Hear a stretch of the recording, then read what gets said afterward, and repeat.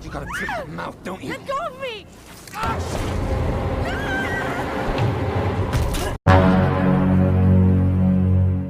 Halo Sobat Dickson dimanapun kalian berada.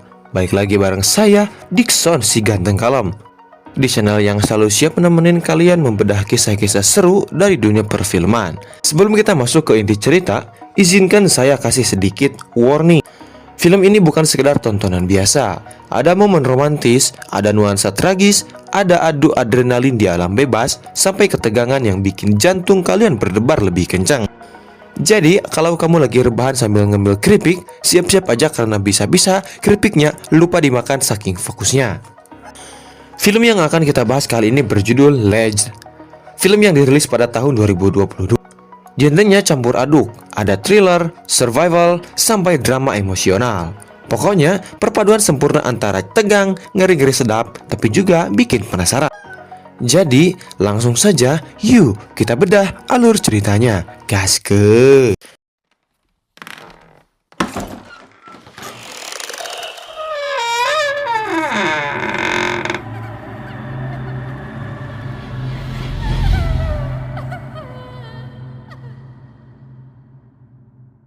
Film dibuka dengan suasana tenang, sepi sunyi, dan tak terkontaminasi suara bising knalpot wededed anak motor kayak di rumah aneh. Kita lalu diajak melihat dua sosok sahabat, bak kepompong, Sophie dan Kelly, yang lagi berada di sebuah villa mungil di bawah kaki gunung Anelao. Kalau kalian pernah naik gunung atau minimal camping di halaman rumah pakai tenda, pasti relate banget sama vibes awal film ini. Trying to get our packs down as light as we can. Yay, thank you! Stop! Get up! Ceritanya, mereka lagi nyiapin peralatan mendaki, karabiner, tali, sepatu, khusus, pokoknya lengkap deh. Kayak anak mapala senior. Kelly tampak serius, matanya sering melirik cincin tunangan yang ia genggam. Ternyata, cincin itu punya kisah pilu. Dia jadi keinget momen manis bersama kekasihnya, Luka, yang sayangnya udah tiada. Luka meninggal gara-gara insiden memanjat tebing. Kejadian tragis yang sampai sekarang masih jadi luka batin Kelly. Duh, kebayang gak sih? Setiap lihat cincin, rasanya kayak lihat notifikasi mantan online. Nggak bisa di skip dan tentunya bikin hati ngilu.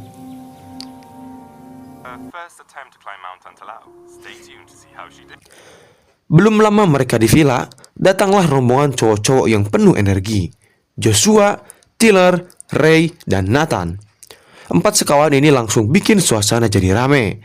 Layaknya anak-anak tongkrongan, mereka masuk dengan gaya sok cool, bawa aura misterius sekaligus agak nyebelin. Dari awal, Sophie udah ngeh sama sosok Joshua alias Josh. Begitu juga sebaliknya, Josh kayak dapat sinyal wifi cuma dari Sophie. Ya, bisa dibilang ini versi cinta pada pandangan pertama. Tapi tenang aja, romansa ala film ini jauh dari kisah sweet ala drama Korea. Josh pun mendekati mereka dengan gaya ramah tapi agak maksa. Dia ngajak Sophie dan Kelly buat join pendakian bareng kelompoknya. Setelah diskusi sebentar, dan kayak biasa, sahabat cewek tuh sering punya perdebatan kecil. Akhirnya Kelly setuju. Mereka pun gabung dengan geng cowok-cowok tadi. Really? Yay, thank you! Singkat cerita, malam itu mereka mendirikan tenda di kaki bukit. Adegan api unggun seharusnya romantis saling cerita, tertawa, menikmati alam. Tapi di sini atmosfernya agak beda. Kelly terlihat kaku bukan karena kedinginan, melainkan akibat enggak nyaman dengan sikap Josh yang mulai over friendly. Dia sempat ditahan ketika mau kembali ke tenda. Dan cara Josh menahannya bukan yang gentle, tapi kasar. Dari sini kita udah dikasih kode keras. Hati-hati, cowok ini ada tanda-tanda toksik. Say hi to the camera, Luca. Let go of my arm. Di tenda, Kelly kembali membuka video lama yang berisi rekaman saat Luka mengajaknya mendaki tebing Anelao. Video itu jadi tamparan emosi, mengingatkan dia bahwa tempat ini bukan sekedar pemandangan indah, tapi juga penuh kenangan pahit. Sementara itu, Sophie yang malam itu kebanyakan minum, jadi agak mabuk. Tanpa sadar, dia nyeletuk sesuatu yang menyinggung perasaan Josh. Awalnya terlihat biasa aja, Tapi ternyata Josh menyimpan dendam. Sophie pun berpamitan mencari tempat sepi, dan Josh langsung nyusul. We tell them together? You gotta take that mouth, don't you? Let go of me! Dan inilah titik di mana cerita mulai berubah drastis dari santai menjadi menegangkan. Josh mulai menunjukkan sikap agresif. Sophie terkejut, takut, dan berusaha melawan. Dia terlihat minta tolong, bikin teman-teman Josh datang menghentikan situasi. Tapi meski dilerai, kejadian itu menimbulkan trauma mendalam. Sophie lari, panik, dan dikejar hingga ke pinggir tebing. Dalam kondisi kacau, dia akhirnya terjatuh. Sophie masih hidup, tapi dalam kondisi kritis.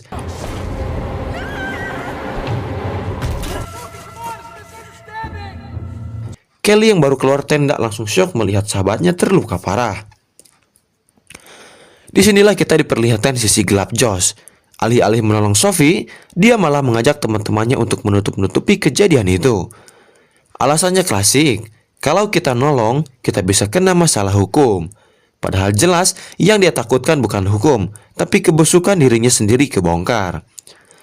Sophie yang sekarat terus memohon agar diselamatkan. Namun, Josh justru mengambil batu besar dan She's still alive. We're gonna stick together like we always do. tragis banget. Yang lebih mengerikan, dia memaksa teman-temannya untuk ikut serta supaya semuanya terikat dalam dosa yang sama. Mereka membersihkan bukti, bahkan membuat Ray yang awalnya menolak jadi terjebak. Kelly yang tanpa sengaja melihat semua itu lewat kameranya jadi saksi bisu. Seketika ketegangan berubah jadi kejar-kejaran hidup mati di tengah hutan. Dari sinilah film berubah total menjadi survival thriller. Kelly berusaha kabur, berlari di hutan gelap, dikejar geng Josh yang beringas. Adegan kejar-kejarannya benar-benar bikin kita ikutan ngos-ngosan. Kelly sempat jatuh, kameranya terlepas, tapi ia tetap berusaha mempertahankannya karena itu satu-satunya bukti. Ketegangan makin menjadi-jadi ketika Kelly memutuskan untuk memanjat tebing.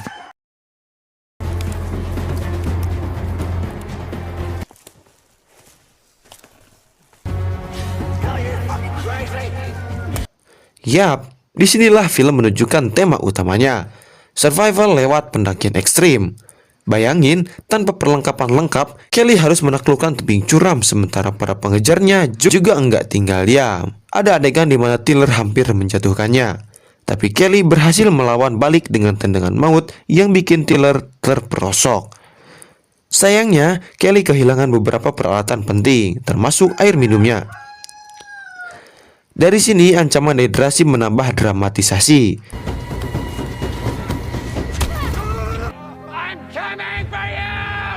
Di sisi lain, geng Josh mulai pecah. Ray dan Nathan mulai sadar bahwa Josh bukan pemimpin yang bisa diikuti, melainkan ancaman. Tapi sayangnya, loyalitas salah tempat, bikin mereka tetap terjebak. Intrik antar teman, pengkhianatan, dan manipulasi Josh makin bikin suasana nggak karuan. Bagian akhir film adalah klimaks penuh drama. Kelly berusaha bertahan dengan segala cara.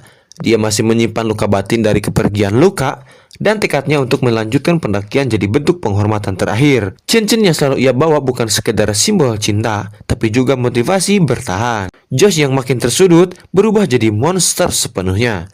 Satu persatu temannya ia singkirkan. Ray yang mencoba melawan akhirnya jadi korban. Nathan pun tewas dengan cara mengenaskan. He's been kicked out of the house, man.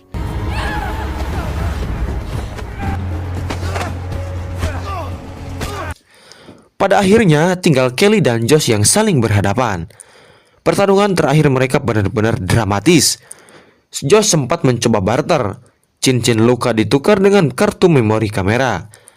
Tapi Kelly lebih pintar. Ia menipu Josh dengan mengarahkannya ke sarang ular berbisa. Josh pun tergigit dan kondisi makin memburuk.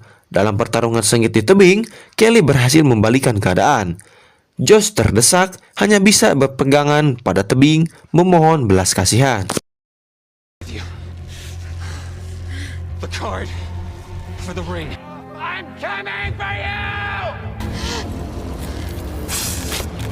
Namun, Kelly memilih dia, membiarkan hukum alam yang berbicara. Josh akhirnya terjatuh, menyisakan Kelly seorang diri di puncak, membawa cincin luka, dan melanjutkan pendakian sebagai bentuk penyelesaian emosional. Dan begitulah, film The Ledge menutup ceritanya dengan kombinasi pahit manis. Pahit karena penuh pengkhianatan, tragis, dan kematian. Manis karena Kelly akhirnya bisa menyelesaikan pendakian yang dulu gagal bersama Luka.